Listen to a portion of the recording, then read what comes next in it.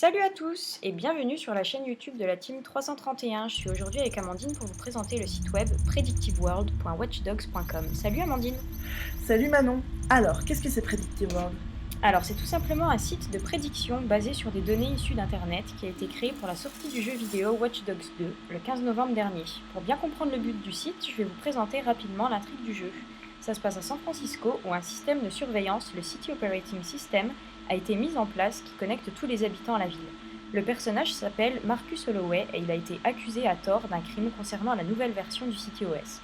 Il se rend alors compte que le système porte préjudice à la ville et il décide de se lier à un groupe de hackers pour en prendre le contrôle et arrêter ainsi son créateur Bloom. Tu peux nous en dire plus sur l'objectif du site, Amandine ? C'est de faire prendre conscience aux gens l'importance des datas et tout ce qu'on peut faire avec.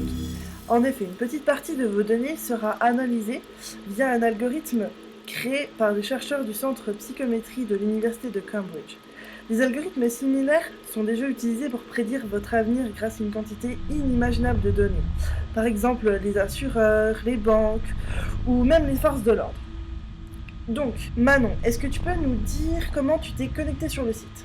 Oui, alors tout d'abord je me suis connectée avec Facebook pour avoir accès au plus de données possible, mais on peut aussi bien se connecter juste en entrant son âge et son sexe. Donc j'accepte la localisation, j'arrive sur la page d'accueil et là, Amandine, qu'est-ce que tu peux nous dire sur l'aspect graphique ?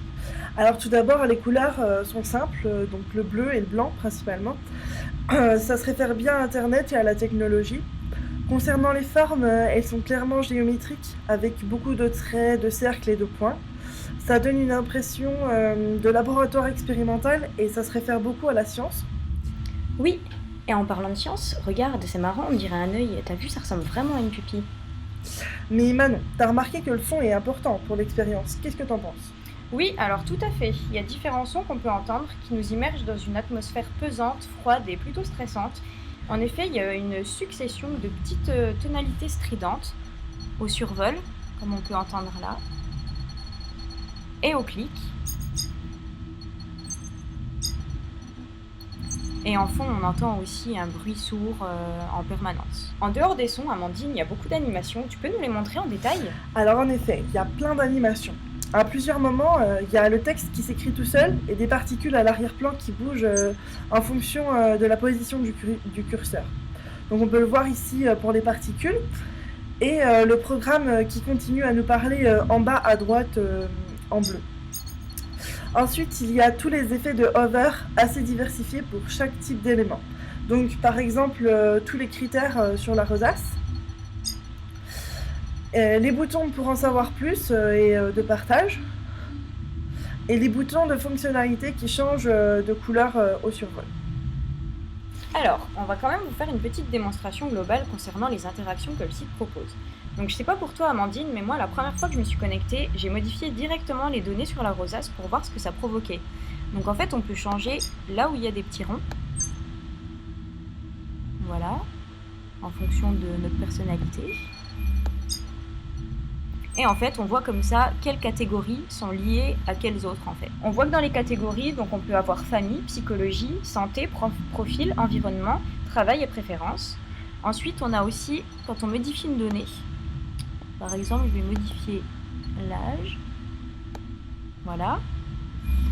Donc en fait, on a des informations qui apparaissent en bas, en rapport avec d'autres informations. Et des fois, on peut avoir des données scientifiques et des données chiffrées, basé sur des études en fait, donc c'est super intéressant. Et en fait, vu que le système est intelligent, il teste notre réactivité et notre inactivité. Et tu sais quoi, moi personnellement, la première fois que je suis arrivée, j'ai cliqué directement sur l'information en question et j'ai pu changer pas mal de données, comme on peut le voir là par exemple. Mais sinon, à quoi aussi nous avons accès ? Alors, on a accès aussi à d'autres contenus via le menu en haut à droite, dont l'à propos du jeu. On a aussi l'explication du projet Predictive World, donc on voit la petite animation avec le fond bleu qui est beaucoup plus présent maintenant. Ensuite, on a aussi accès à un documentaire qui a été créé par Vice sur tout ce qui est data. Et on a l'option partager votre profil donc sur les réseaux Facebook et Twitter. En parlant des options, on a aussi le partage qu'on retrouve en bas à gauche. Et on a aussi le site qui est traduit en 7 langues, rien que ça. et l'option de volume, juste à côté, si on veut couper le son ou non. Donc Amandine, toi tu m'as dit que tu avais changé tes données dans le menu à gauche. Qu'est-ce qu'on y trouve précisément? Alors oui Manon, regarde, on peut accéder d'une autre manière à l'ensemble des critères directement ici. Et puis ils sont regroupés par les catégories que tu as déjà citées. Et si on clique sur un critère et qu'on clique sur l'information, on nous explique comment sont fournies les données.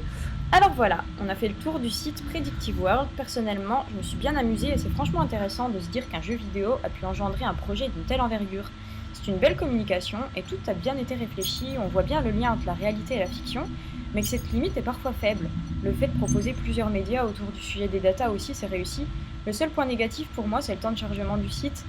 Ça remet aussi en question, je pense, l'étroite cohabitation entre les machines et les humains et la protection de ces données sur Internet. Puis cette expérience est totalement ancrée dans l'actualité d'aujourd'hui avec les piratages et les cyberguerres.